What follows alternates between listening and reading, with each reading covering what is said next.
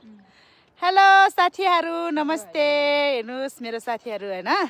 अनि हामी आज जंगलतिर के पाउँछ भनेर खोज्नलाई हिँडेको हैन उ हेर्नुस् हाम्रो यहाँतिर है हरियो भरियो कति राम्रो हो के धेरै रमाइलो ठाउँ छ अनि हाम्रो जंगलतिर आज के पाउँछ खोज्न जानु पर्यो भनेर आको यतातिर हेर्नुस् मेरो साथी अनि हेर्नुस् न रुख है कति अग्लो छ के मोटो न मोटो कस्तो राम्रो के यो रुख चाहिँ कति वर्ष पुरानो होला हौ सायद 1000 वर्ष अनि यो बिरुवा यो रुख छ नि पहिला जति उम्रिसक्यो हैन यो उयो कालो रुखहरू आजभोलि त यसको बिरुवा नि देख्दैन के किन हो कुनि त है हेर्नुस् त्यस्तो रमाइलो छ हाम्रो ठाउँतिर अनि यता पछाडि देख्नु भयो नि हाम्रो स्कुल हो राम्रोसँग नदेख्दो रहेछ हाम्रोतिर यस्तै छ ल जम्मा अब अगाडि के पाउँछ है यो चाहिँ लाली गुराँसको बोट सबै ओइलिसकेको रहेछ हैन के भयो च्याउ छ ओहो ल आउनुस् त त्यहाँ च्याउ रहेछ हैन च्याउ त कुन चाहिँ च्याउ हो यहाँ हैन फुल सुनखरी भन्छ कि सुनगाबा भन्छ है कति राम्रो के कलर पनि कस्तो राम्रो ल ओ रातो च्याउ आएर रहेछ त हेर त यस्तो उकाली हैन न भित्र यहाँ नि यस्तो उकाली गर्दा त्यहाँ हामी ढिलो आएर रहेछ नि त हेर त यहाँ कति ठुल्ठुलो लैसकेको रहेछ उ हेत तेरिका कसले लग्यो होला हौ यहाँ पनि हेर्नु तन्ने ए सानो सानो नि आएर रहेछ ल हातले देखायो भने नछौ के यो निकाल्दिनु लाग्यो कि हातले देखायो भने फेरि बढ्दैन के नछौ न अहिले मान्छेले देख्छ कि फेरि ऊ निस्किहाल्छ नि ऊ हेर्नुहोस् त यहाँतिरको चाहिँ सबै मान्छेले उखालेर लैसकेको रहेछ यस्तो सानो है अनि यो रातो च्याउ सुरुमा उम्रिँदाखेरि चाहिँ यस्तो सेतो हुन्छ हैन यस्तो हुन्छ यो सुरुमा यहाँ यो सुरुमा यस्तो हुने हो ल फर्स्टमा यस्तो हुन्छ अरे हैन त्यसपछि अनि यस्तो हुँदै हुँदै बढेर यस्तो हुन्छ यस्तो हुन्छ एउटै हो अनि त्यहाँदेखि बढ्दै बढ्दै गएर यस्तो ठुलो फरर परेको हुन्छ तर हामी आउन ढिलो भयो यतातिरको लैसके रहेछ मान्छेले उतै यहाँ तल अब यो पनि कसले लैजाने हो यहाँ नि तन्ने खादैन अलिक ठुलो भए त टिपेर लानु हुन्थ्यो नि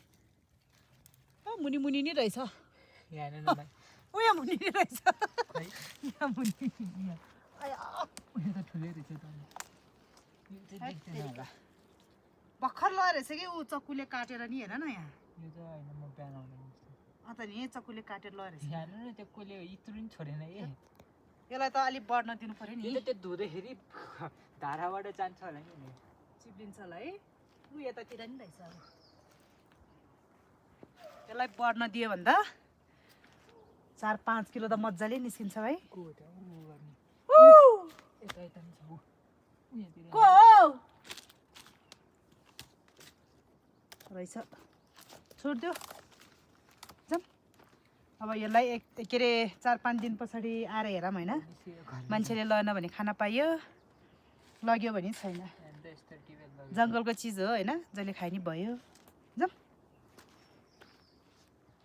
कसरी जाने अब उता काफलटीमा जाने उता सदुवा खानु है है सदुवा मनाङतिरको अर्ग्यानिक स्ट्रबेरी होइन जङ्गलमा जति नै पाइन्छ अलि मसिनो चाहिँ मसिनै हुन्छ यसलाई पनि टिपेर लगाएर पिठोसँग मुसेर खाने है आज यहाँतिर त रहेछ है पाके रहेछ मजाले तपाईँहरूको ठाउँतिर हुन्छ हुँदैन हौ हाम्रोतिर त ऊ यस्तो है त्यो स्ट्रबेरीलाई नि यस्तै उस गरेर लगाउला नि है जङ्गलबाट लगेर अनि त्यसलाई के भन्छ ग्राफ्टिङ कि के भन्छ उस गरेर अनि स्ट्रबेरी बनाएको त होला नि है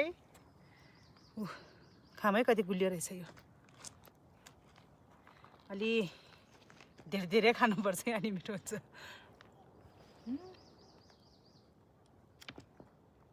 मिठो रहेछ हाम्रोतिर त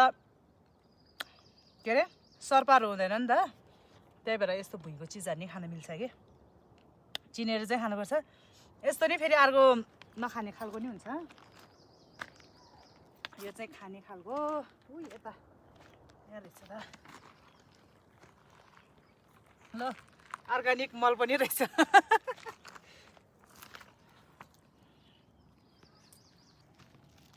खै यति टिपे रहेछ ऊ साथीले पनि खै आम्मा ल हेर्नुहोस् त यति धेरै टिपे रहेछ है यहाँ त भङ पार्दै रहेछ त कसरी च्याताइदियो त तैँले नखान अहिले एकछिन जालीमा जाम्न त अब तलको हाल उता हेर्न ढुङ्गामा थुपारेर राखेको छु मैले पारेर कि यसरी देउतालाई चढाएको जस्तै गरेर ढुङ्गामा राखिरहेको छु मैले यहाँ ल यति भएपछि त पुगिहाल्यो नि पहिला यसमा हाल्नु पऱ्यो है प्लास्टिकमा अनि बल्ल पिठो हाल्नु पऱ्यो कि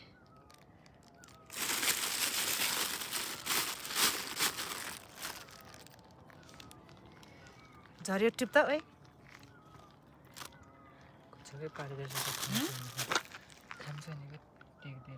फेत अहिले नखाऊ अहिले पुग्दैन फेरि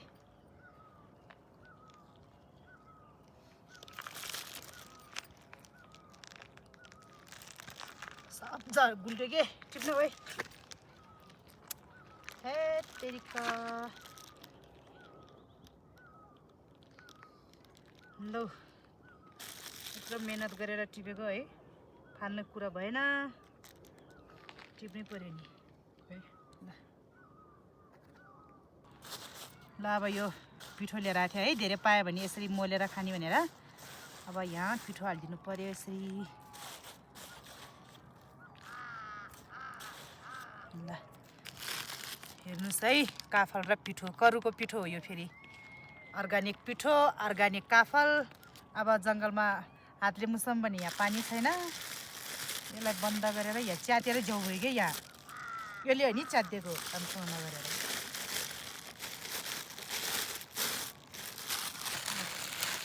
पिठो हालिसकेपछि यसलाई यसरी चलाइदिने होइन अनि यसलाई मोल्न पनि पर्यो चलाइदिएर यसरी हेर्नु त यस्तो भइरहेछ है यतिकै खायो पनि मिल्छ कि तर हामी यसलाई मुसेर नै खाने हो क्या आज त मुस्यो भने यसको टेस्ट सबैतिर लाग्छ पिठो पुग्छ पुग्दैन होला हौ अब यसरी थिच्ने हातले झ्याम मुस्न पाए पो नि त है अब हात के अरे पानी भएको भए त हातले मजाले मुस्नु हुन्थ्यो है पानी छैन जङ्गलमा मुस्न नि आएर रहेछ हौ अब त यसरी थिचिदिनु पर्यो यी ढुङ्गा माथि राखेर यस्तो हत्केलाले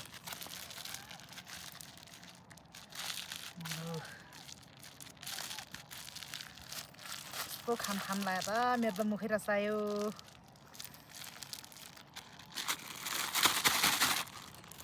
ल रेडी हुन लाग्यो है हाम्रो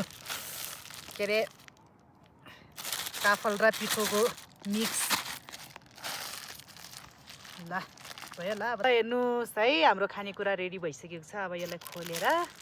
खाइहाल्नुपर्छ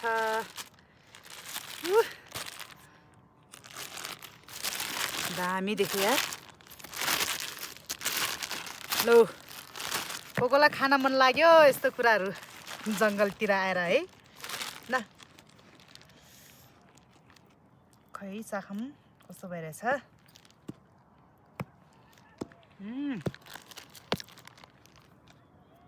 मिठो भयो बेसरी भुस्नाले टोक्यो के ल हेर्नुहोस् बेसरी मिठो भयो है अनि भुस्नाले टोकेर छिटो घर जा भने भुस्नाले थाप ल चाख त कस्तो रहेछ के हो र उता फर्केको यता फर्केर खाऊ न मिठो छ कि छैन यस्तो यस्तो चिज खानुपर्छ त्यो बजारको जङ्क फुडहरू खानुहुन्न ल हेर्नुहोस् के अरे अर्ग्यानिक पिठो हालेको गाउँघरमा घट्टामा पिसेको पिठो अनि जङ्गलमा पाइने यस्तो के भन्छ फलफुल जस्तै त हो नि है यो नि यस्तो चिजहरू खानुपर्छ के आजभोलिको बच्चाले कहाँ खान्छ त है खालि बजारको चिजहरू भनेर खाने न मेरो क्यामेराम्यान साथी बहिनी चाख्नुहोस् हात दिनुहोस् त अब उहाँको त फेस देखाऊँ भने बिचरा खिचिरहनु पनि त्यही भएर कुनै दिन देखाइदिउँला उहाँको ठेस मिठो छ है ल म उतातिर नि साग टिप्न जाने क्या उता आहा घरमा नि ल्याइदिनु पर्छ के हो थोरै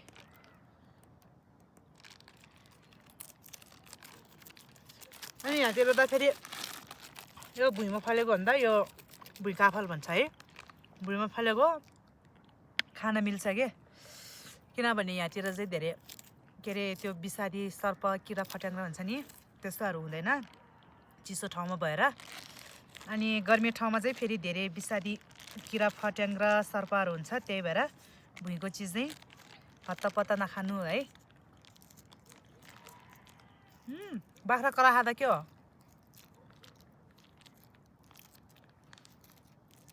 आहा ल जामा अब यो त घरमा ल्याइदिने हो घरको परिवारले नि चाख्नु पर्यो नि यस्तो चिजहरू हिँड ल पिठो पनि बाँकी रहेछ किन फाल्ने होइन कतै फेरि पाइन्छ कि त्यहाँ पायो भनेदेखि पिठोमा हालेर लैजाने अब ल कहाँ लग्यो अघि साग साग त हामीले तलै छोडिदियो के हो पाउला नि है उतातिर जम ल जम जम जम आऊ अब कसरी जाने हो कहाँ खुट्टा अगाडि गरेर आउँछु